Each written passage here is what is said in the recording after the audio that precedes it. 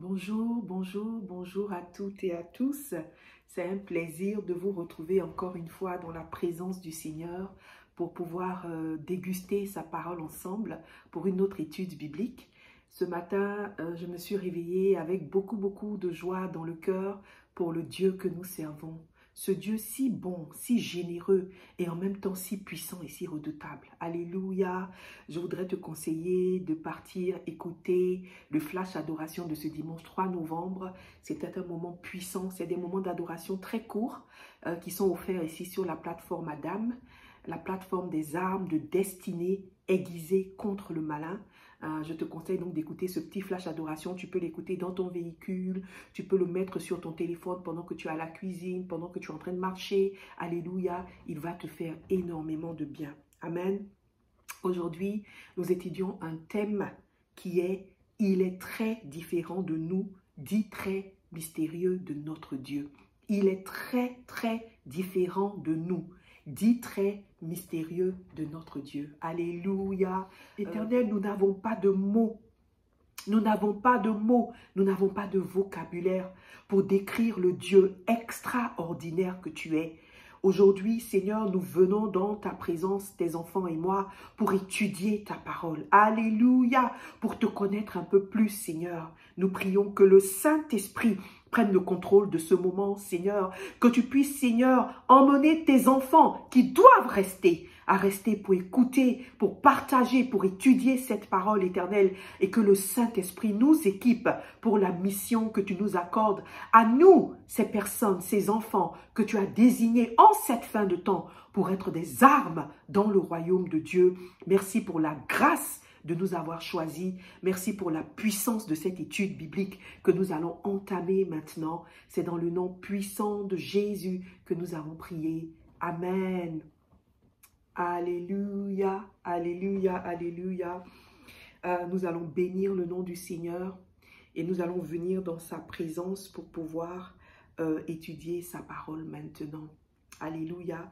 Je voudrais qu'ensemble, nous prenions notre Bible pour lire les premiers passages. Nous allons lire Job chapitre 42, le verset 1 au verset 8. La Bible dit, « Job répondit à l'Éternel et dit, « Je reconnais que tu peux tout et que rien ne s'oppose à tes pensées.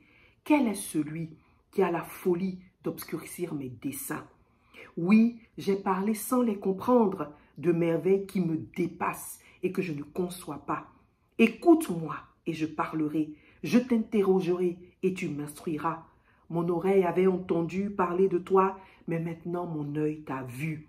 C'est pourquoi je me condamne et je me repens sur la poussière et sur la cendre. » Après que l'Éternel lui a adressé ces paroles à Job, il dit à Éliphaz de Théman, « Ma colère est enflammée contre toi et contre tes deux amis, parce que vous n'avez pas parlé de moi avec droiture, comme l'a fait mon serviteur Job. » Alléluia. Donc, nous pouvons aimer le Seigneur. Nous pouvons parler avec lui. Nous pouvons parler de lui avec droiture, comme Job l'a fait. Mais en même temps, nous pouvons ne pas connaître qui il est. C'est pour ça ici, Job a dit qu'il se condamne, il se repent, parce qu'il a parlé de merveilles qu'il ne connaît pas. Il a parlé de Dieu, il a commencé à dire, mais Seigneur, pourquoi tu fais ça? Et Dieu lui dit, mais qui es-tu pour pouvoir contester ce que je fais? Tu ne me connais pas. Tu ne me connais pas. Alléluia. Et aujourd'hui, nous allons juste étudier quelques paroles de la parole de Dieu pour que nous réalisions, toi et moi, que nous ne connaissons pas l'Éternel. Il est trop grand pour qu'on le connaisse. Par sa grâce, de temps en temps, il nous révèle des bouts de choses. C'est pourquoi aujourd'hui, nous parlons de ce thème. Il est très différent de nous, dit très mystérieux de notre Dieu. Mais je vous en prie, ne pensez jamais que le Seigneur a 10 traits ou 5 traits mystérieux. Alléluia! Notre Dieu est illimité. On ne peut jamais le connaître. Mais dans sa grâce, il nous permet d'étudier aujourd'hui 1, 2, 3, 4, 10 traits.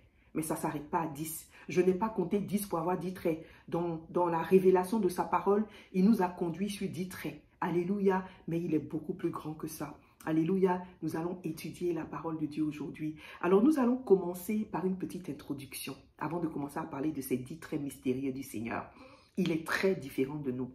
Vous savez, les enfants de Dieu ont souvent pensé et ont souvent dit que nous ressemblons à Dieu. Quand les gens parlent des émotions, quand souvent les gens parlent de certaines choses, on dit oui, Dieu a fait l'homme à son image. Mais le Seigneur m'a montré quelque chose que je veux te partager. Dans Genèse chapitre 1, versets 27 et 28, il est vrai que la Bible dit que Dieu a fait l'homme à son image, à sa ressemblance. Alléluia. Mais à son image physique. Alléluia. On ressemble à Dieu un peu. Un peu. On ne va même pas dire physiquement. Alléluia. La Bible dit il a fait l'homme à son image. Il a dit faisons l'homme à notre image, à notre ressemblance. Alléluia. Donc on ressemble à Dieu. Mais la ressemblance à Dieu, elle est physique. Pourquoi? En fait, si vous voulez, parce que le Seigneur a des mains. Alléluia. Et nous avons des mains. La Bible dit il tient le monde dans ses mains. Alléluia. Le Seigneur a des pieds. Et nous avons des pieds. La Bible dit que le ciel est son trône et la terre son marchepied. Alléluia. Et quand il est décrit souvent dans la parole de Dieu, dans le livre d'Apocalypse par exemple, on parle de lui assis sur son trône et de ses pieds. On se prosterne à ses pieds. Alléluia. Il a des pieds comme nous. Nous avons des pieds comme lui, devrais-je dire. Alléluia. Il a une tête. La Bible dit il est couronné de gloire. Il a une couronne sur la tête. Alléluia. Donc il a une tête. Nous avons une tête comme lui. Alléluia. Il a une bouche. Il parle. Il parle. Nous parlons comme lui. Donc c'est en ce sens-là que nous ressemblons à Dieu. Nous sommes faits, les êtres humains, à l'image de l'Éternel. Mais est-ce que nous sommes vraiment comme Dieu? Alléluia. Est-ce qu'il est vraiment comme nous? Éternel, dis-nous, parle-nous de ta parole. Regardons Ésaïe chapitre 40. Et nous allons voir que en fait, nous ressemblons à Dieu physiquement, dans certains cas, dans certains attributs physiques, mais en fait, nous sommes très très loin de lui ressembler. Il est trop différent de nous dans le fond. Ésaïe chapitre 40, versets 18 et 25. Je vais lire ces deux versets. À qui voulez-vous comparer Dieu? Et quelle image ferez-vous son égal? À qui me comparerez-vous pour que je lui ressemble? Dit le Saint. Alléluia. Et là, l'Éternel nous dit très clairement que nous ne lui ressemblons pas. Qu'il n'y a aucun être, aucune créature dans ce monde, dans cet univers qui lui ressemble. Alléluia. Nous ne ressemblons pas à Dieu. Il ne faut jamais que nous nous trompions. Amen. Nous ne ressemblons pas à l'Éternel. Il est très, très, très différent de nous dans le fond. Regardons encore Ésaïe 55. Et ça, c'est l'Éternel même qui parle. C'est lui-même au travers de la bouche de ses prophètes qui dit ces paroles. Regardons Ésaïe 55. Et nous allons lire à partir du verset 8. La Bible dit, « Car mes pensées ne sont pas vos pensées, et vos voix ne sont pas mes voix, dit l'Éternel. Autant les cieux sont élevés au-dessus de la terre, autant mes voix sont élevées au-dessus de vos voix, et mes pensées au-dessus de vos pensées. » Alléluia. Amen. Voici ce que l'Éternel dit encore au travers de la bouche d'Ésaïe, son prophète. Il dit, regardez comment les cieux sont élevés au-dessus de la terre. Vous imaginez la distance et l'écart entre les cieux et la terre? L'Éternel des armées dit, vos pensées, les pensées des êtres humains sont très, très, très loin des pensées de Dieu. C'est-à-dire que quand tu t'assois en tant qu'enfant de Dieu et puis tu commences à te prononcer sur certains sujets, fais attention. Sois sûr que les pensées qui te passent par la tête, c'est l'Éternel qui te les donne. Alléluia, parce que l'Éternel lui-même dit, ta manière de penser, ma manière de penser est très, très, très loin de la manière de penser de Dieu. Amen. Ta manière d'agir, tes voix, les choix que tu fais, les actions que tu poses sont très, très, très éloignées de comment est-ce que le Seigneur marche et de comment il pose des actions.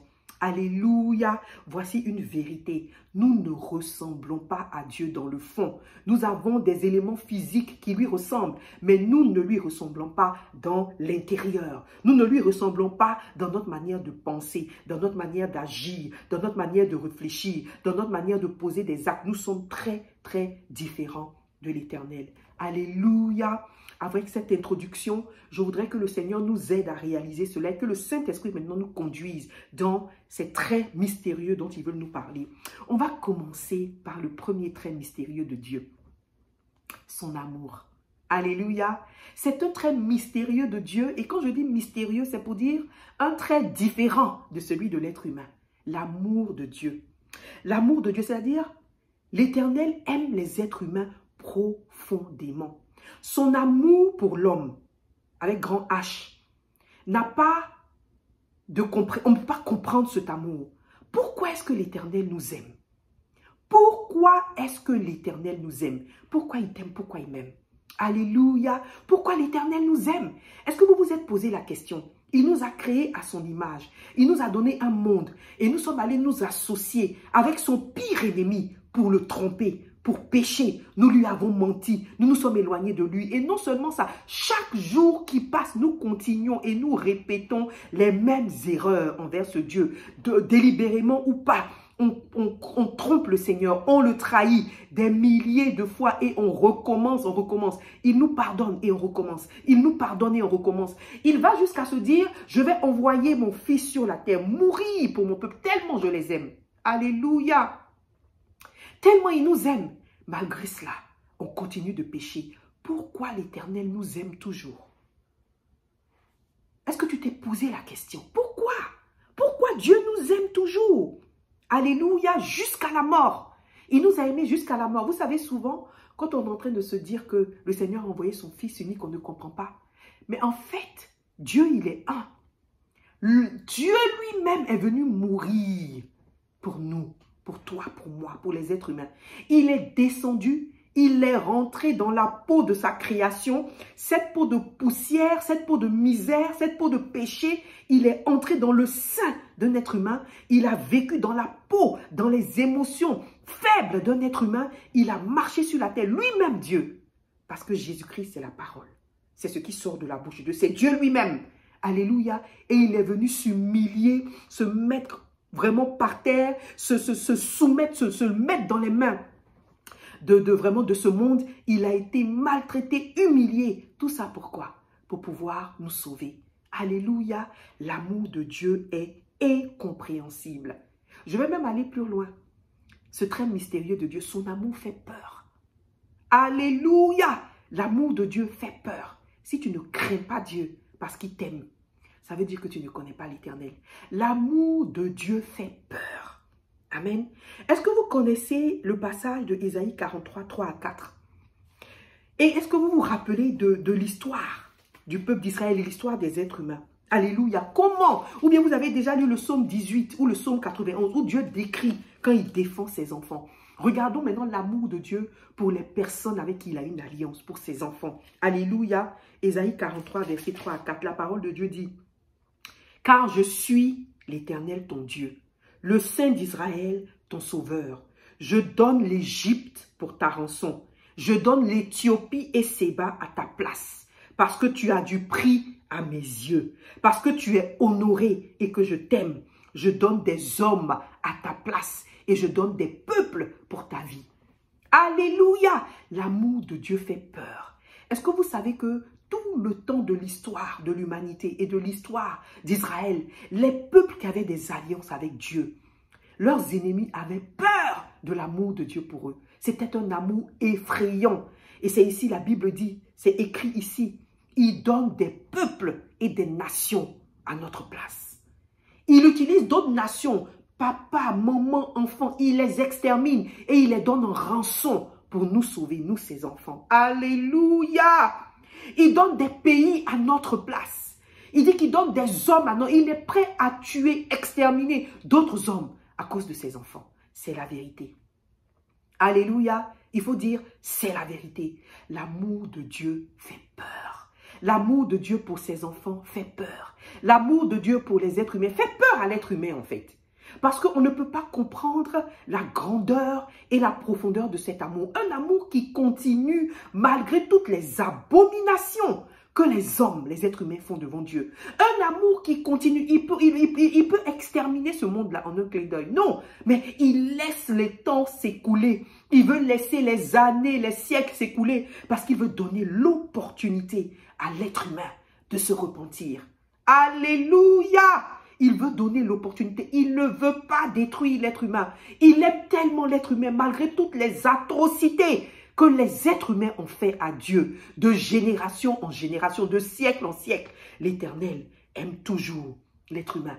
Il dit qu'il est venu surtout pour les cœurs brisés, les malheureux, les pauvres, ceux qui ont faim, ceux qui ont soif, les victimes, ceux qui sont injustement maltraités, accusés, les veuves, les orphelins, les pauvres, oh, ceux qui sont esclaves du péché. Quand il est dans les cieux et qu'il pense à l'être humain, il se dit, mais comment je vais faire pour ramener mon peuple à moi? Alléluia. Et quand il sent les abominations, quand il voit les abominations, il détourne son regard de la terre. La Bible dit, mais son amour reste vrai.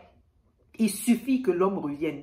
Il ne se lasse pas de pardonner. Alléluia. Il suffit que l'être humain revienne. Il ne se lasse pas de pardonner. L'amour de Dieu est un mystère. Alléluia. L'amour de Dieu pour les êtres humains est un mystère. Alléluia. L'amour de Dieu pour toi est un mystère. Si tu ne crains pas Dieu à cause de son amour, tu ne le connais pas. Alléluia, tu ne le connais pas. J'aime beaucoup ce cantique qui dit « L'amour de Dieu de loin surpasse ce qu'on peut dire. Un cœur humain, il est plus grand que les espaces, même en l'abîme, il nous atteint. » Est-ce que tu sais pourquoi le diable est déchaîné contre les êtres humains? Pourquoi il veut exterminer la race humaine? Pourquoi il est déchaîné, il est les êtres humains? À cause de l'amour de Dieu pour nous. Il est jaloux. Dieu nous aime trop. Les anges se disent, waouh, l'amour de Dieu pour les êtres humains, il est profond. Alléluia, alléluia. Le diable te déteste à cause de l'amour que le Seigneur te porte.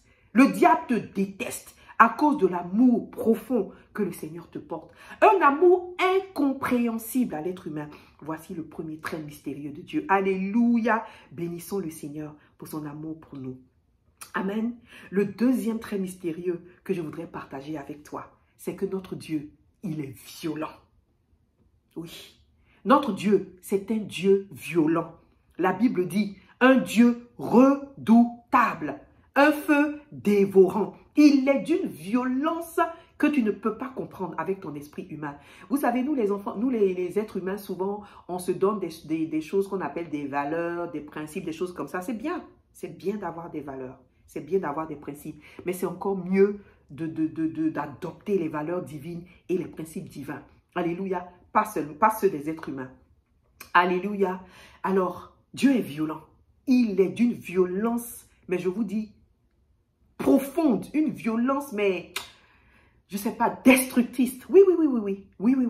Le Seigneur est un Dieu violent. Alors, regardons ce que la parole de Dieu dit. Il est violent avec les ennemis. Est-ce que vous regardez l'histoire de la parole de Dieu? Quand Dieu entre et qu'il commence à être violent, rappelez-vous du déluge. On en parle aujourd'hui du déluge sous Noé et on dit, ah, le déluge, après le Seigneur a envoyé un arc-en-ciel. Mais le déluge, là, c'est une atrocité. Le déluge, c'est une atrocité, mais c'est un génocide de l'être humain. Non? C'est un génocide. Dieu a détruit des milliards et des milliards d'êtres humains qui étaient sur cette terre. Mais il te les a détruits, mais d'une manière violente. Alléluia. Et si toi et moi, on était à ce moment-là et qu'on ne servait pas Dieu comme Noé, nous allions y passer. Tous les êtres humains ont été décimés. C'était une calamité humaine. C'était une atrocité humaine. C'était un génocide violent. Voici la violence de Dieu. Notre Dieu est un Dieu violent. Alléluia. Est-ce que vous vous souvenez de comment est-ce qu'il a décimé les ennemis de ses peuples, de ses enfants? Regardez comment il a décimé l'Égypte dans son armée. Regardez comment il a décimé tout au long de son histoire.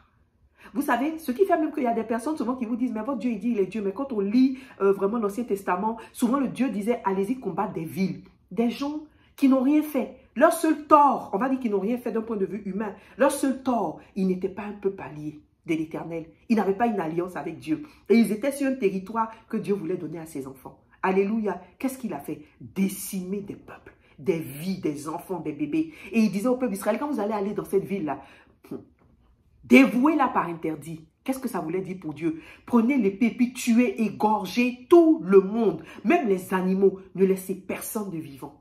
Notre Dieu est un Dieu violent. Il faut que tu l'intègres dans ton esprit. Alléluia. Notre Dieu est, si tu ne crains pas Dieu, c'est que tu ne connais pas Dieu. Alléluia. Les gens disent, oui, mais dans le Nouveau Testament, on voit que vraiment, avec la Nouvelle Alliance, Dieu n'est plus violent. C'est faux. La raison pour laquelle tu ne vois pas facilement la violence dans le Nouveau Testament, dans la Nouvelle Alliance, c'est parce que cette violence n'était pas dirigée contre toi. Alléluia. C'est parce que quand Jésus-Christ est venu, il est venu avec le salut pour toi et moi, pour les êtres humains. Mais il était venu régler le compte de quelqu'un. Ce n'est pas toi. Alléluia. Il était venu régler le compte du diable. Quand tu regardes la parole de Dieu et que tu lis le livre de Hébreux, chapitre 2, versets 14 à 15, que tu lis le livre de 1 Pierre, chapitre 3, versets 20 à 21, la Bible dit qu'il a combattu et vaincu le diable. Quand tu lis le livre de Éphésiens, chapitre 4, versets 9 à 10, la Bible dit qu'il est descendu aux enfers. Il a allé libérer les captifs. Il a récupéré les clés de la mort. Il a détruit les guillons de la mort. Alléluia, alléluia. Tu sauras que quand Jésus-Christ est allé en enfer, là, il n'est pas allé là-bas chanter la balade avec le diable. Comment il a libéré les captifs en enfer? Comment il a récupéré la clé du séjour des morts? Comment il a vaincu le diable? Alléluia! Il y a eu une guerre, un combat, et l'Éternel, le Seigneur Jésus est sorti victorieux. Alléluia! Il a usé de quoi? Violence. Est-ce que vous connaissez le diable? Est-ce que tu as goûté à la haine du diable? Dans ta vie, mais autour de toi, tu as entendu des histoires où le diable malmène des gens, comment il fait souffrir des gens. Tu sais comment le diable est violent? L'Éternel est beaucoup plus violent que le diable. Alléluia! C'est pour ça qu'il faut que tu bénisses l'Éternel pour sa violence. C'est pour ça qu'il faut que tu bénisses l'Éternel parce qu'il est un Dieu violent. Alléluia! Alléluia! La Bible dit dans le psaume 90, verset 7, « Père, ta fureur nous épouvante. » Alléluia! Et ça, je crois que c'est un psaume de Moïse. Prenons-le, on va voir. Psaume 90, verset 7. C'est un psaume, oui, c'est la prière de Moïse, homme de Dieu, qui a été faite en psaume 90, verset 7. Vous vous rappelez comment les enfants d'Israël demandaient pardon à Moïse pour lui dire, « Hé Moïse, pardon, on ne veut pas voir ce Dieu-là, on ne veut pas entendre sa voix. Toi seul va le voir là-bas sur la montagne. On a peur de lui, il est trop grandiose, il est trop grand. Il est trop grand. » À cause de quoi? De la violence de l'Éternel. Alléluia! Il est trop saint pour que l'homme s'approche de lui. C'est grâce à Jésus-Christ que toi et moi on s'approche de lui. Alléluia! Mais la violence de l'Éternel. Regarde Psaume 90, verset 7, la Bible dit, « Nous sommes consumés par ta colère, Père, et ta fureur nous épouvante. » Ce n'est pas de la peur, hein, c'est de l'épouvante. C'est-à-dire, tu as peur, tu as la chair de poule en pensant à l'Éternel, le grand Dieu. Il est violent. Alléluia. Si vous lisez Exode 20, 18 à 20, ou si vous lisez Deutéronome 9, verset 3, vous allez voir comment le peuple d'Israël qui a goûté Dieu, qui a goûté à la violence de Dieu, comment ce peuple avait peur. Ils avaient la crainte de l'Éternel. Exode chapitre 20, verset 18 à 20. Tout le peuple entendait les tonnerres et le son de la trompette. Il voyait les flammes de la montagne fumante. À ce spectacle, le peuple tremblait et se tenait dans l'éloignement. Ils dirent à Moïse, « Parle-nous toi-même et nous écouterons, mais que Dieu ne nous parle pas, de peur que nous ne mourions. » Et Moïse dit au peuple, « Ne vous effrayez pas, car c'est pour vous mettre à l'épreuve que Dieu est venu, et c'est pour que vous ayez sa crainte devant les yeux, afin que vous ne péchiez point. » Alléluia! Souvent le Seigneur utilise sa violence pour nous mettre à l'épreuve. Alléluia! Souvent l'Éternel utilise sa violence pour nous mettre à l'épreuve. C'est pour ça que même dans la Nouvelle Alliance, Jacques dit quoi dans Jacques chapitre 1?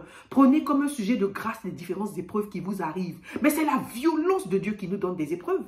Alléluia! Plus il exerce sa violence envers toi dans ton épreuve, alléluia, plus tu te rends compte que Dieu est Dieu, tu as crainte de Dieu. Alléluia! Mais vous savez la différence entre Dieu et le diable? La violence de l'Éternel naît de son amour pour l'être humain. S'il est violent avec l'être humain, c'est parce qu'il aime l'être humain. S'il est violent avec ses enfants, souvent par rapport aux choses qu'il envoie dans notre vie, c'est parce qu'il t'aime.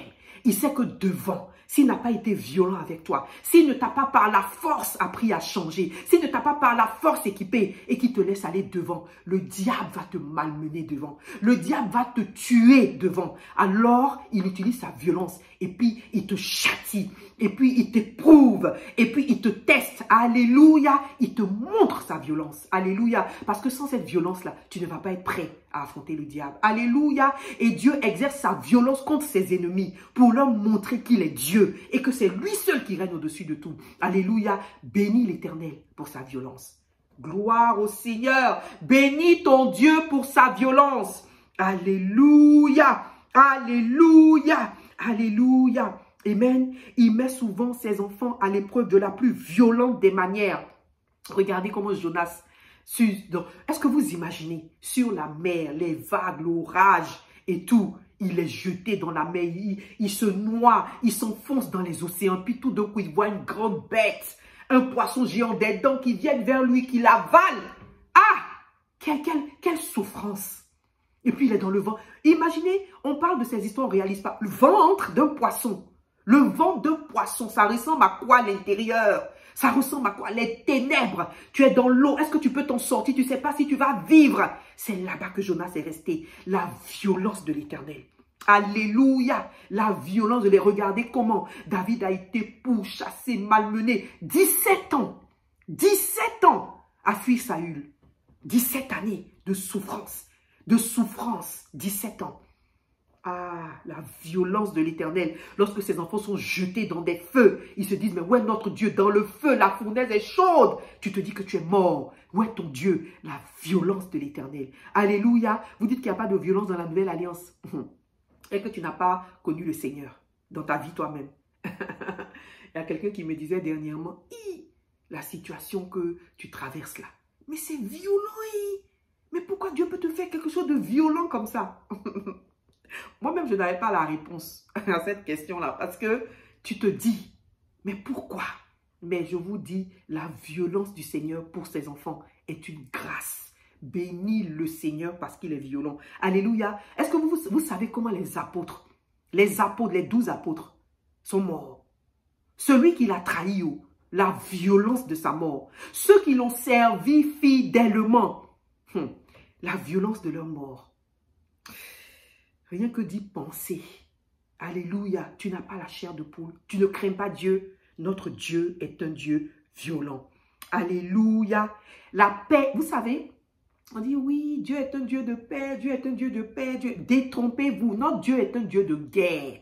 La paix, là, c'est pour ses enfants. Alléluia. La paix. Il dit, je vous donne ma paix. Je vous laisse ma paix. Non comme le monde la donne. C'est ce qu'il a dit à ses disciples. La paix de l'Éternel, c'est pour ses enfants, ceux qui ont une alliance avec lui. Tout le reste là, c'est la violence. Il est un Dieu de guerre. Il va faire la guerre, il va exterminer pour ses enfants. Alléluia. Et quand il va finir d'exterminer, il donne la paix. Donc en fait, la paix de l'Éternel, elle s'acquiert par la violence. Ah. Alléluia. C'est parce qu'il utilise sa violence pour exterminer le royaume du diable qu'il te donne sa paix. C'est comme ça qu'il obtient sa paix. Alléluia. La Bible dit que David a vécu heureux et rassasié de jours en paix après que l'Éternel ait exterminé tous ses ennemis. Alléluia. La paix de l'Éternel, elle s'obtient par sa violence. Alléluia. Bénis ton Dieu pour sa violence. Mais une chose que tu dois toujours te rappeler, la violence de notre Dieu, la source de sa violence, c'est son amour. Alléluia. La source de sa violence, c'est son amour. C'est parce qu'il l'aime qu'il est violent. Alléluia. Un mystère. Le mystère d'un Dieu plein d'amour, violent, contradictoire, n'est-ce pas? Selon nous, les êtres humains, on se demande, mais comment ça se peut? Mais c'est ça, le très mystérieux de l'Éternel. Alléluia. Mais la violence du diable, la source de sa violence, c'est la haine. La source de sa violence, c'est la haine. C'est parce qu'il déteste qu'il est violent. Alléluia. Voilà le très mystérieux de notre Dieu. Un Dieu qui est violent parce qu'il aime. Alléluia. Un Dieu qui est violent parce qu'il aime. Alléluia. Un Dieu qui est violent parce qu'il aime. Alléluia. Tu vas élever ta main. Tu vas juste dire, bénis le nom de ton Dieu. Bénis-le parce qu'il est un Dieu violent. Alléluia. Amen. Amen. Regardons le troisième trait mystérieux que le Seigneur a bien voulu nous révéler. Amen. Nous allons regarder la parole de Dieu et nous allons prendre Ésaïe chapitre 55. Amen. Le verset 10 au verset 11. Dieu et sa parole. C'est un trait mystérieux. Et je vais vous dire pourquoi. Parce que pour nous, la parole, c'est communiquer, c'est parler, c'est un son. C'est quelque chose qui sort de notre bouche. Alléluia. Mais vous allez voir que la parole de Dieu, le trait mystérieux là, c'est que sa parole là, elle est vivante. C'est une personne. C'est un messager. C'est quelque chose qui sort, qui s'arme de puissance pour aller exécuter ce qu'il a dit. La parole de Dieu est vivante. Alléluia. Regardons ce trait mystérieux de Dieu, sa parole. Alléluia. Donc nous lisons dans le livre de Ésaïe, chapitre 55, le verset 10 à 11, le trait mystérieux de l'Éternel qui est sa parole. Ésaïe 55, verset 10 à 11. Alléluia. Et nous allons lire la parole de l'Éternel. La Bible dit, « Comme la pluie et la neige descendent des cieux et n'y retournent pas, sans avoir arrosé, fécondé la terre et fait germer les plantes, sans avoir donné de la semence au semeur et du pain à celui qui mange, ainsi en est-il de ma parole, qui sort de ma bouche. Elle ne retourne point à moi sans effet, sans avoir exécuté ma volonté et accompli mes desseins. » Alléluia. Tout à l'heure, j'étais en train de dire que la parole de Dieu, le mystère de ce trait-là, c'est que la parole de Dieu, elle est vivante. En fait, ici, la Bible la compare à la pluie. Alléluia, qui descend. Donc, elle a une capacité de féconder, de créer de la semence. C'est pour ça que la parole de Dieu, elle est vivante, en fait. Donc, la pluie ne descend pas sans avoir créé de la semence, sans avoir créé du fruit. Ici, la Bible dit même donner du pain, donner à manger. Donc, la parole de Dieu est vivante, elle est puissante, elle agit et elle produit quelque chose. Alléluia. Elle n'est pas comme la parole de l'être humain où on l'utilise pour communiquer, pour rire. Non, elle est plus profonde que ça.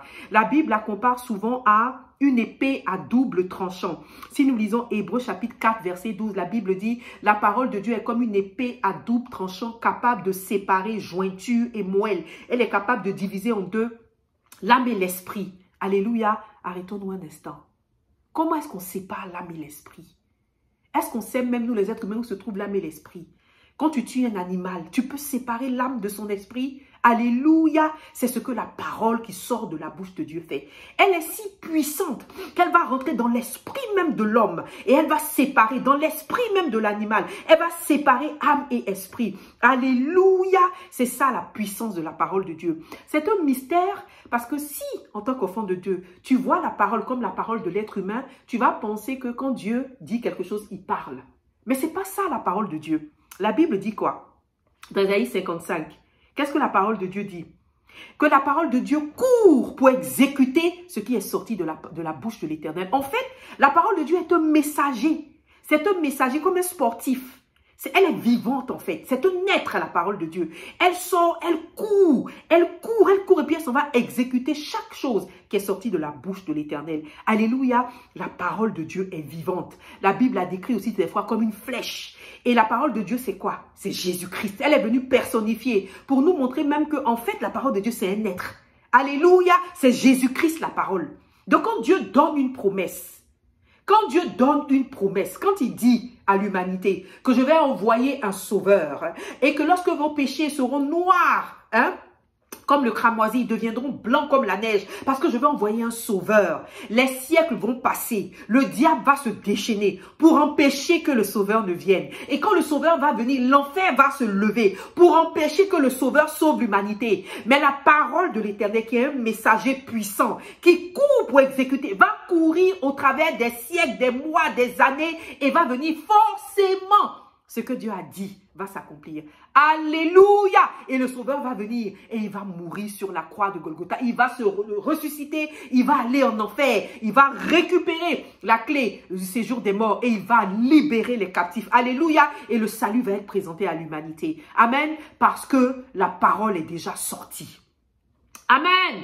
Parce que la parole est déjà sortie. La parole de Dieu est un mystère. C'est pour ça que les promesses de Dieu, si une promesse est sortie de la bouche de l'Éternel, elle va forcément s'accomplir. Tu peux faire ce que tu veux. Le diable peut faire ce qu'il veut. Tu peux douter. Tu peux faire, mais la parole qui est sortie, elle va forcément s'accomplir. La promesse qui est sortie, elle va forcément s'accomplir. Alléluia. Alléluia. Si c'est une bénédiction, elle va s'accomplir. Si c'est une malédiction aussi, elle va s'accomplir. Alléluia. C'est pour ça que lorsque l'homme a péché dans le jardin, l'homme et la femme, quand ils ont péché dans le jardin, et que Dieu a prononcé la malédiction sur l'être humain pour lui dire à partir de maintenant, tu vas mourir. Amen. Le salaire du péché, la mort. cette parole qui est sortie, puissante de la bouche de l'Éternel, elle ne pouvait pas ne pas s'accomplir. Alléluia. Et elle ne peut pas ne pas s'accomplir. La mort est maintenant le salaire de l'être humain. On meurt et on va directement aux enfers. Alléluia. La seule chose qui s'interpose entre la malédiction et la réalisation de la malédiction, c'est la parole. Alléluia. Il n'y a que la parole. Mais comme la malédiction est déjà sortie de la bouche de l'Éternel, elle ne peut pas être annulée. La seule chose que Dieu pouvait faire, c'était de faire quoi? Alléluia. C'était d'envoyer sa parole. Alléluia. Pour anéantir le pouvoir de la malédiction. C'est pour ça que Jésus-Christ est venu sur la terre. Alléluia. Parce que Jésus-Christ est la parole. Et il fallait qu'une autre parole sorte pour contrecarrer les fruits de la première parole de malédiction. Alléluia. La mort et la résurrection du Seigneur Jésus-Christ. C'est là le mystère. Ce n'est pas seulement un acte de mort. C'est la parole de Dieu qui est revenue. Alléluia. Et le pouvoir de la malédiction a été anéanti par une autre parole. Alléluia. Écoutez-moi très bien. Le mystère que le Seigneur m'a révélé. Lorsque le Seigneur sort sa parole ou qu'il sort une promesse, alléluia, rien ne peut contre cette promesse. Lui-même, il ne peut pas. Il ne peut pas s'opposer à sa promesse. La seule chose devant laquelle Dieu s'incline, c'est lui-même. Alléluia! La seule chose devant laquelle Dieu s'incline, c'est lui-même. Sa parole, c'est lui. Alléluia! Il s'incline devant ses promesses. C'est pour ça que je vais vous dire quelque chose. Quelle que soit la relation que tu as avec le Seigneur, amen, quels que soient les sujets que tu veux lui présenter pour intercéder, quelles que soient tes conversations avec lui, il y a une chose que je veux te dire. Si tu veux toucher le cœur de Dieu pour qu'il agisse, c'est sa parole. Alléluia, ce sont ses promesses. Alléluia, c'est ça que tu lui redis. Il n'y a que sa parole qui peut le faire fléchir parce que c'est sa parole qui le conduit. Lui-même, il s'incline devant sa parole. Alléluia, lui-même, il s'incline devant ses promesses. Alléluia. Donc, si tu veux que l'Éternel intervienne, qu'est-ce que tu fais? Tu reprends sa parole et tu pries, tu proclames sa parole. Tu dis, Seigneur, tu as dit. Seigneur, tu as dit. Seigneur, tu as dit. Alléluia. Alléluia. Regardez comment les personnes dans la parole de Dieu ont prié avec la parole, redonné la parole. Comment Paul, quand il parlait, il reprenait la parole. Il va redire la parole comme il a été dit. Quand Jésus-Christ parlait, il disait comme il a été dit. Alléluia. Il se mêle la parole dans l'atmosphère. Il dit comme Ésaïe l'a dit par le passé. Paul disait comme il a été dit. Alléluia. Alléluia. La parole de Dieu, puissante. Puissante messagère. Alléluia, puissant messager, une flèche, un messager, une personne, Jésus-Christ lui-même. La parole de Dieu est vivante, c'est un mystère. La parole de Dieu, c'est un être, c'est Jésus-Christ. C'est un mystère, puissant messager, alléluia, pour exécuter à la lettre ce que Dieu a dit. Alléluia, retenons ce mystère du Seigneur. C'est un point mystérieux, la parole qui sort de la bouche de l'Éternel. Elle est très différente de la parole qui sort de la bouche de l'être humain. Alléluia, la Bible dit l'herbe sèche, Ésaïe 40, verset 8. La fleur tombe, mais la parole de Dieu demeure éternellement. Elle ne meurt jamais. Écoutez, le Seigneur a prédit des choses dans des siècles passés, prédit. Ça a couru, tout le monde a voulu empêcher, ça arrive. Alléluia, personne ne peut s'opposer à la parole. La parole de Dieu est puissante. Alléluia, regardons un quatrième mystère du Seigneur qui provient un peu de la parole, mais c'est Dieu et l'alliance. Alléluia, Dieu et l'alliance. Vous savez, les êtres humains ont souvent essayé de copier des choses du royaume. On fait des contrats, n'est-ce pas? On fait des contrats où dans le contrat, les associés, chacun a sa part et chacun sait ce qu'il doit faire et on signe le contrat. Alléluia, c'est comme ça que l'alliance de Dieu fonctionne. Amen. Un Dieu d'alliance. Alléluia. De la même manière que Dieu ne peut pas se tenir contre sa parole, de la même manière, il ne peut pas faillir à une alliance. Alléluia. Pourquoi? Parce qu'il est Dieu. Parce qu'il a déjà donné sa parole pour faire l'alliance. Alléluia. L'alliance de l'Éternel est une alliance pleine de faveur. Contrairement au contrat humain que les gens font, où tu peux te faire gruger dans un contrat, où tu peux te faire discriminer dans un contrat, tu peux avoir, on peut te voler tes avantages dans un contrat, tu peux être la personne qui est perdante dans un contrat humain. Mais dans l'alliance de l'Éternel, c'est une alliance pleine de faveur. En fait, dans l'alliance de l'Éternel, là, c'est celui avec qui il s'associe là, qui a plus d'avantages que lui. Parce qu'en fait, lui souvent là, ce qu'il a gagné là, il peut faire l'alliance sans toi.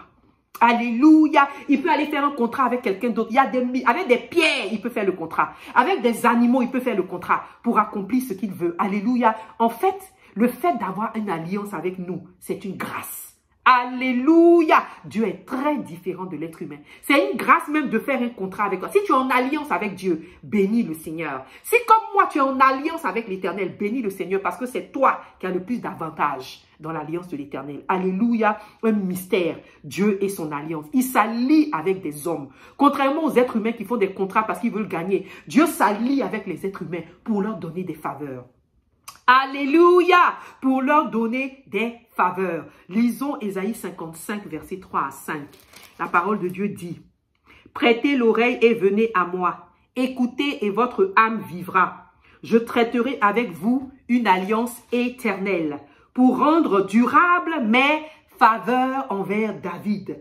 Voici, je l'ai établi comme témoin auprès des peuples, comme chef dominateur des peuples. Alléluia, voici, tu appelleras des nations que tu ne connais pas et les nations qui ne te connaissent pas accourront vers toi à cause de l'Éternel, ton Dieu, du Saint d'Israël. Alléluia. Ici, Ésaïe décrit une alliance, l'alliance de Dieu avec David. Alléluia. Et il dit quoi? Il dit que j'ai fait l'alliance avec David, pourquoi? Verset 3. Pour rendre durable mes faveurs envers David. Alléluia.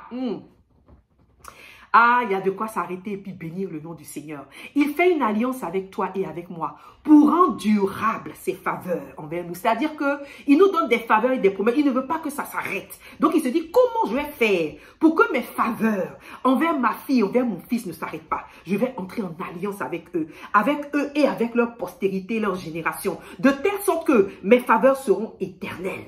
Quel que soit le nouveau fils, le nouveau père, quels que soient les enfants des enfants, je veux rendre durable mes faveurs envers eux. Quel mystère! Quel mystère! Un Dieu puissant qui a tout, qui n'a pas besoin de quelqu'un, qui vient faire une alliance avec d'autres personnes minuscules au-dessus de lui, qu'il a créé pour leur donner des faveurs éternelles. Alléluia! Quel mystère! Quel mystère! Alléluia! Dieu ne faillit jamais dans une alliance. Lorsqu'il donne une alliance qui t'a donné ta part, il ne faillit jamais. Alors regardons l'alliance de Dieu que Dieu a donné à David. Verset 4, il a dit à David, je t'ai établi comme témoin auprès des peuples, comme chef et dominateur des peuples. Donc dans l'alliance de l'Éternel, il te donne une position. Alléluia, il te donne un rôle. Alléluia, le rôle vient avec des tâches que tu as accomplies, mais il vient avec des avantages et des faveurs. Alléluia, il vient avec des avantages et des faveurs. Alléluia, alléluia. Donc Dieu te donne une position dans l'alliance. Et ensuite, qu'est-ce que tu dois faire? Ta part, c'est de jouer ton rôle et de pouvoir bénéficier des avantages qui se lient, des faveurs qui sont liées à cette alliance. Et qu'est-ce que lui te demande en retour? Verset 5, voici, tu appelleras des nations que tu ne connais pas et les nations qui ne te connaissent pas accourront vers toi à cause de l'Éternel, ton Dieu, qui te glorifie. Donc, dans l'alliance, Dieu te choisit, il te positionne. Il fait une alliance avec toi pour rendre durable ses faveurs envers toi. Et il te donne un rôle, il te donne une position. Ce qu'il te demande, c'est d'attirer des nations à lui. Alléluia, c'est d'attirer des âmes à lui. Alléluia, ce qu'il te demande, c'est de sauver les gens qui sont perdus. Alléluia, de faire en sorte que par ta vie, tu envoies des âmes à lui. Alléluia. Voici l'alliance du Père. Une alliance mystérieuse. En fait, il n'a pas besoin de toi.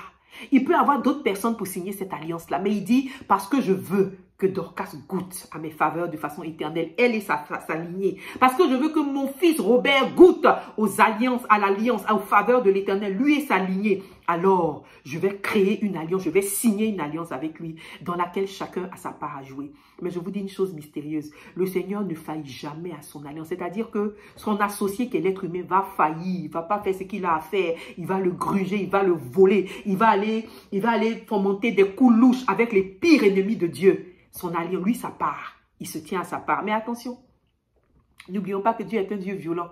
Les conséquences de faillir à l'alliance là, tu vas les goûter, ce qui est sûr.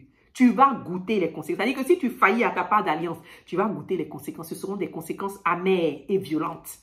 Là, le rôle qu'il t'a donné, si tu ne le joues pas, tu vas goûter à des conséquences amères et violentes. Mais, parce que la violence de Dieu vient de l'amour, il va toujours avoir une porte ouverte pour dire, si tu reviens à moi, si tu reviens, que tu recommences à jouer ton rôle dans mon alliance, je te réintègre dans l'alliance et on continue comme si de rien n'était. Alléluia. Donc tu goûtes aux conséquences. Tu goûtes aux conséquences d'avoir failli à l'alliance. Mais dès que tu te reprends et que tu reviens, il te tend la main et il recontinue avec cette alliance telle qu'elle était, sans en changer un bout. Alléluia. Quel Dieu fait ça? Qui fait ça? Alléluia. Le mystère de Dieu. Le mystère de l'alliance. Alléluia, le mystère de l'alliance. Je voudrais vous rappeler une histoire que vous allez prendre le livre dans Ézéchiel chapitre 17. Dieu révèle à Ézéchiel une histoire. Vous savez comment Dieu aimait parler en parabole. Certaines personnes pensent que c'est dans le Nouveau Testament que le Seigneur Jésus a commencé à parler en parabole. Non, dans l'Ancien Testament, il y a beaucoup de paraboles. Donc dans Ézéchiel 17, l'Éternel explique au prophète Ézéchiel une histoire. Il dit, il y avait un grand aigle qui avait des ailes colorées, bien grand. Qu'est-ce qu'il a fait? Il est allé prendre un rameau dans un pays. Et il est venu dans un nouveau pays et il a planté ce rameau-là à côté d'un fleuve, à côté d'une rivière. Et le rameau a commencé à grandir, est devenu un arbre. L'arbre n'était pas trop élevé, mais il continuait à grandir, il portait des fruits. Et l'aigle était fier, content de ce qu'il venait de faire pour le rameau, pour ce petit arbre-là. Alléluia. À un moment donné, le petit arbre qui était là, qui grandissait, qui n'était pas très élevé, il a vu un autre aigle, grand, avec des ailes épaisses. Et il s'est dit, on dirait que cet aigle-là, il est plus costaud que mon aigle en apparence. Et il s'est dit, bon, moi je vais tourner mes branches vers ce aigle. Je préfère que ce soit cet aigle-là qui vienne se poser sur mes branches. Et il a tourné, il s'est détourné de l'aigle qu'il avait envoyé dans ce nouveau pays. Et il s'est tourné vers un autre aigle. Et il a tendu ces arbres là-bas. Vous savez ce que la Bible dit? On va lire. L'alliance, en fait, qu'est-ce qui s'est passé? Le premier aigle a fait une alliance avec l'arbre. Et lui a dit, écoute, je te prends dans ton pays. Je t'envoie dans un autre pays. Et je vais te planter là. Je vais t'arroser à côté d'un fleuve. Je vais te faire prospérer. Je vais te faire changer. Ta vie va changer parce que je te déplace de ton pays où tu es et je t'envoie dans un nouveau pays. Alléluia. Voici l'alliance que Dieu a traitée avec l'arbre. Mais quand l'arbre est arrivé dans le nouveau pays, et là c'était Babylone, quand il est arrivé dans ce nouveau pays-là, il s'est détourné de l'aigle qu'il avait envoyé dans ce pays. Oh, j'adore cette histoire. Et puis qu'est-ce qu'il a fait? Tendu ses branches vers un autre aigle. Qu'est-ce que la parole de Dieu dit? Regardons ici. Oh, j'aime beaucoup cette histoire. Je veux que vous puissiez lire. On va lire à partir du verset 7. Il y avait un autre aigle grand aux longues ailes, au plumage épais, et voici du parterre où elle était plantée, cette vigne étendit avec avidité ses racines de son côté et dirigea ses rameaux vers l'autre aigle afin qu'il l'arrosât. Elle était plantée dans un bon terrain, la vigne. Elle était près d'une eau abondante où le premier aigle l'avait placée, de manière à produire des branches et à porter du fruit, à devenir une vigne magnifique. Dis, l'Éternel maintenant parle à Ézéchiel, dis, ainsi parle le Seigneur l'Éternel, prospérera-t-elle cette vigne-là? Le premier aigle n'arrachera-t-il pas ses racines, n'enlèvera-t-il pas son fruit, afin qu'elle se dessèche, afin que toutes les feuilles qu'elle a poussées se dessèchent? Alléluia. Et il ne faudra ni beaucoup de force, ni un peuple nombreux pour la séparer de ses racines. Voici, elle est plantée, prospérera-t-elle? Si le vent d'Orient la touche, ne sécherait-elle pas? Elle séchera sur le parterre où elle a poussé. La parole de l'Éternel me fut adressée en ces mots. Dis à la maison rebelle, ne savez-vous pas ce que cela signifie? Ne savez-vous pas ce que cela signifie? Alléluia. Je suis vivant, verset 16, dit le Seigneur, l'Éternel. C'est dans le pays du roi qu'il a fait régner, envers qui il a violé son serment et dont il a rompu l'alliance. C'est près de lui, au milieu de Babylone, qu'il mourra. Alléluia. Voilà le sort que Dieu réservait à cet arbuste, à cette vigne-là qui a rompu l'alliance. Et Dieu dit à Ézéchiel, écoute-moi très bien, je lance ma parole et je dis, le pays où on l'a envoyé, le pays où l'aigle l'a envoyé, où l'aigle l'a planté, l'a arrosé, et puis il s'est détourné pour aller vers un autre aigle, c'est dans ce pays-là qu'il va mourir. Oh, quelle tristesse. C'est dans ce pays que cette vigne va mourir. Là où elle a rompu l'alliance. Alléluia. C'est là qu'elle va mourir. L'alliance de Dieu est mystérieuse. Ne jouez pas avec l'alliance. Quand le Seigneur se met en alliance avec toi et qu'il prend sa parole, il ne faillit jamais à son alliance. Toi, fais ta part. Alléluia. Au risque d'avoir une peine de mort sur ta tête. Mais ce que je veux te dire, c'est que le Seigneur ne se lasse pas de pardonner. Si tu reviens à lui, si cette vigne revient à lui, Alléluia, le Seigneur est capable de pardonner. C'est le mystère de l'amour de Dieu. Mais ici, regardons le mystère de l'alliance. L'alliance de Dieu est puissante. L'alliance de Dieu, elle était pour la vigne. L'aigle n'avait rien à gagner chez la vigne. Est-ce que l'aigle mange des raisins? Est-ce que l'aigle boit du vin? Est-ce que l'aigle a besoin de la vigne? Non, il a pris de son temps. Il est allé voler, prendre des rameaux d'un pays, traverser tout ça pour le bien de la vigne. Alléluia!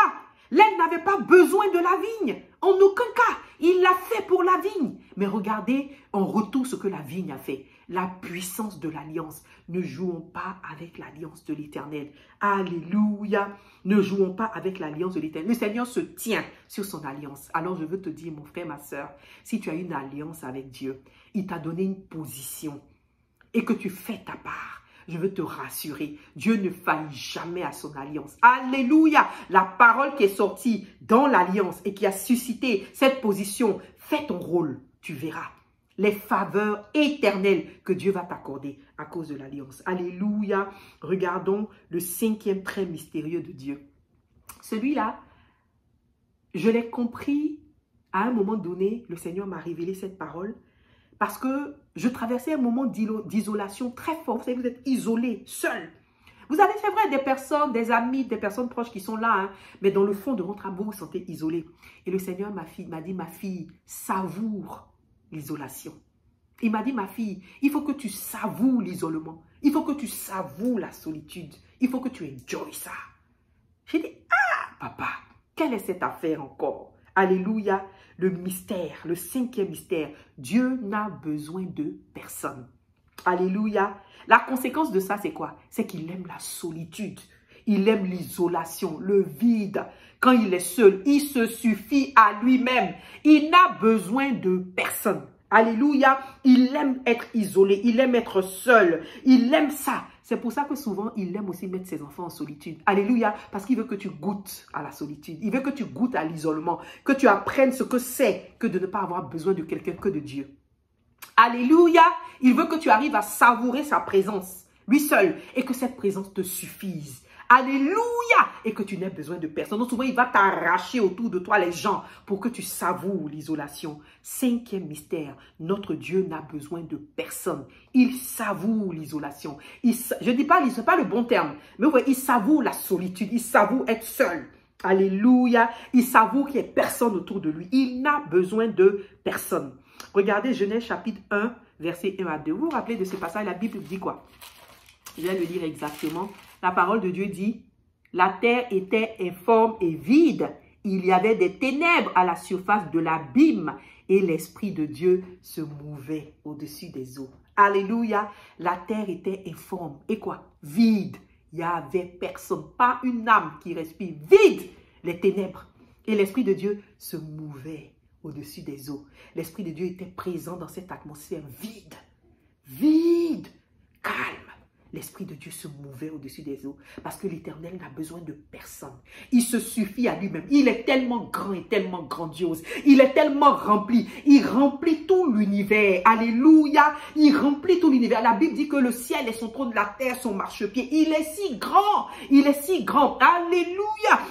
Il remplit l'univers entier. Alléluia. Il n'a besoin de personne. Alléluia, il se suffit à lui-même. Je voudrais qu'on lise un passage dans Ésaïe 40, verset 12 à 18. Alléluia, Ésaïe 40, verset 12 à 18. Le Seigneur s'est beaucoup révélé au travers de ses prophètes. C'est grâce à ces prophètes qu'on le connaît. Alléluia, Ésaïe 40 et aussi à l'intimité. Amen. Ésaïe 40, verset 12 à 18, la parole de Dieu dit, « Qui a mesuré les eaux dans le creux de sa main? Qui a pris les dimensions des cieux avec la paume? Qui a ramassé la poussière de la terre dans un tiers de mesure? Qui a pesé les montagnes au crochet et les collines à la balance? Qui a sondé l'esprit de l'Éternel et qui l'a éclairé de ses conseils? Avec qui a-t-il délibéré pour en recevoir de l'instruction? Qui lui a appris le sentier de la justice? Qui lui a enseigné la sagesse et fait connaître le chemin de l'intelligence? Voici, les nations sont comme une goutte d'eau.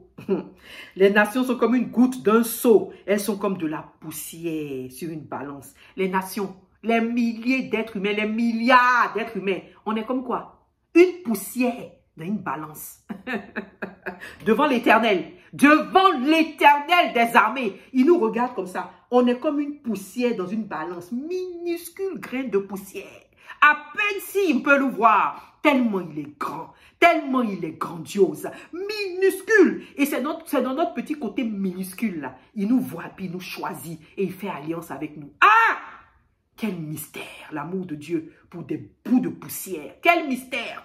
Alléluia, la Bible dit, verset 15, Ésaïe 45, voici, les nations sont comme une goutte d'un seau. Elles sont comme de la poussière sur une balance. Voici, les îles sont comme une fine poussière qui s'envole. Les îles. Mais si les îles sont comme une fine poussière qui s'envole, mais nous, on est quoi? Qu'est-ce qu'on est? Alléluia, alléluia. Le Liban ne suffit pas pour le feu et les animaux ne suffisent pas pour l'holocauste. Ah, toutes les nations sont devant lui comme un rien. Toutes les nations sont devant lui comme un rien. Toutes les nations sont devant lui comme un rien. Rien, rien, rien. Toi et moi, on n'est rien devant lui qui nous donne de l'importance, qui nous donne de la valeur, qui nous donne de la valeur. Si ce n'est pas Dieu, c'est pourquoi fais attention à ton orgueil. Fais attention. Un petit brin de poussière, à peine tu es visible, à peine je suis visible. Oh, faisons attention. Alléluia. Toutes les nations sont devant lui comme un rien. Elles ne sont pour lui que néant, néant, rien et vanité. À qui voulez-vous comparer Dieu? Et quelle image ferez-vous son égal? Dieu n'a besoin de personne. Il n'a pas besoin des êtres humains. Il n'a pas besoin de ce monde. Il vit en lui-même. Il se suffit à lui-même. C'est pour ça qu'il est à l'aise avec lui-même. Alléluia. C'est pour ça qu'il savoure sa présence. Alléluia. C'est pour ça que son esprit est en train de se mouvoir au-dessus des eaux et qu'il n'avait besoin de personne. Tu penses qu'il avait besoin de créer l'être humain? Oh, mon frère, ma soeur, il n'avait pas besoin de nous créer. Il l'a fait pour toi. Il l'a fait pour moi, pour nous donner une vie et de la joie. Alléluia! Malgré cela, on l'a trahi. Amen. L'Éternel n'a besoin de personne. Il aime la solitude. Il aime être seul. Il enjoy. Vous savez, il y a un cantique que quand on était jeune, quand je partais dans la communauté chrétienne que je fréquentais, je fais un coucou à la communauté protestante méthodiste. Alléluia. Parce que c'est cette communauté-là qui m'a appris à connaître le Seigneur au travers des associations comme la CEPSI et puis la communauté chrétienne en général comme la Ligue. On a vraiment savouré la présence du Seigneur. On a connu le Seigneur très tôt. Alléluia. Je veux me rappeler de ce cantique qu'on chantait à l'église méthodiste et que j'aimais beaucoup depuis petite, où c'est celui qui a chanté ce cantique, en fait, parlait un peu de Jésus qu'il a vu comme dans un rêve ou dans une vision quand Jésus-Christ était sur la terre et il décrivait cela. Et au départ, je ne comprenais pas. Je me disais, mais de quoi il parle cette chanson? Alléluia. Mais après, quand tu comprends ce mystère de l'Éternel, quand tu sais que Dieu n'a besoin de personne et qu'il aime la solitude, tu comprends pourquoi Jésus-Christ aimait la solitude. Tu vas comprendre pourquoi Jésus aimait l'isolation. Si tu le cherches, soit tu le trouves chez les pécheurs, chez les malades, chez les gens qui ont besoin de lui, soit tu le trouves seul, quelque part, la montagne, quelque part, seul, en train de savourer la présence de l'Éternel. Alléluia! En train de savourer sa propre présence. Le Seigneur aimait la solitude. Et ce cantique dit, en rêve, j'allais près du lac, m'asseoir où la rive était isolée. À l'heure où descend la fraîcheur du soir, les montagnes de Galilée. Et là je voyais parfois l'étranger, familier de la solitude, l'ami du pécheur et du péager, entouré de la multitude. Je l'écoute et je l'aime. Mais comment lui prouver mon amour, seulement par le don de moi-même, m'engageant à le servir toujours. Et là je voyais parfois l'étranger, Jésus, familier de la solitude, l'ami du pécheur et du péager, entouré de la multitude. Alléluia.